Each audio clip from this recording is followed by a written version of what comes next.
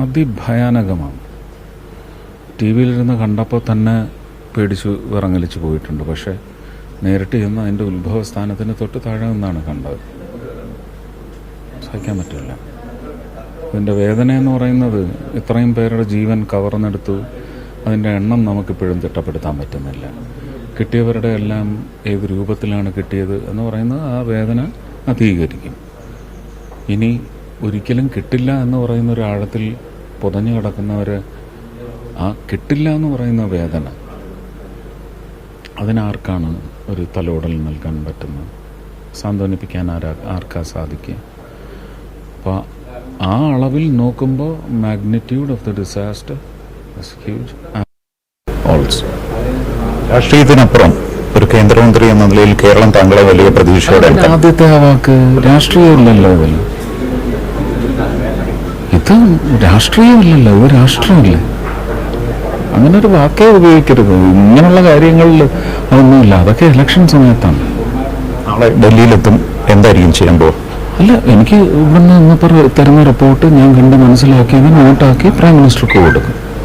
പിന്നെ അദ്ദേഹം ചിലപ്പോൾ ഒരു വലിയ ടെക്നിക്കൽ ടീമിനെ ചിലപ്പോൾ അയക്കും പിന്നീട്. അതെന്തായാലും ഉണ്ടാവണമല്ലോ. നാളെ തന്നെ പ്രധാനമന്ത്രി കാണും. നാളെ കാണും. നാളെ ഞങ്ങൾക്കൊരു വളരെ പ്രധാനപ്പെട്ട ദിവസമാണ് പാർലമെന്റിൽ. അത് കഴിഞ്ഞിട്ട് നാളെ കാണാൻ പറ്റിയാൽ കാണും, ഇല്ലെങ്കിൽ മറ്റന്നാൾ രാവിലെ കാണും. പല ചർച്ചകളും നടക്കുന്നു. ദേശീയ ദുരന്തമാകണം, ദേശീയ ദുരന്തമായി പ്രഖ്യാപിച്ചില്ലെങ്കിലും നമുക്ക് സഹായം കിട്ടുക എന്നുള്ളതാണ്.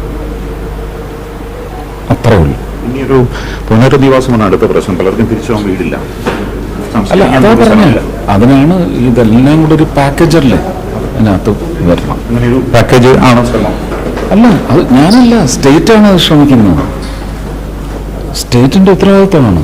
അവരതിൻ്റെ ഒരു കണക്കെടുപ്പ് നടത്തിയതിന് ശേഷം അത് അറിയിക്കേണ്ടവരെ അറിയിക്കും. കേന്ദ്ര ഗവൺമെന്റും സ്റ്റേറ്റ് ഗവൺമെന്റും എല്ലാവരും ചേർന്നായിരിക്കും അത് ചെയ്യും. ഇന്ന് രോഗികളെ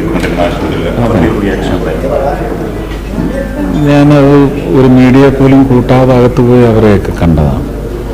എല്ലാവർക്കും മാനസികമായിട്ട് ഒന്ന് അവർക്ക് ബലം കൊടുക്കേണ്ടത് അത്യാവശ്യമാണ്. Rehabilitation of A mental structure and status is important. അങ്ങ് തന്നെ പറഞ്ഞു വർഷങ്ങളോളം ഈ ഭൂമി ഇനി ഒന്നും ചെയ്യാൻ പറ്റില്ല എന്നുള്ളത്. പകരം അങ്ങനെയല്ല, 10 വർഷമാവും ഇപ്പൊ കൊണ്ടുവന്ന് അടിഞ്ഞു കൂടിയിരിക്കുന്ന സ്ലഷ് സെറ്റിൽ ചെയ്ത് ഭൂമിയുടെ ഭാഗമാണ്.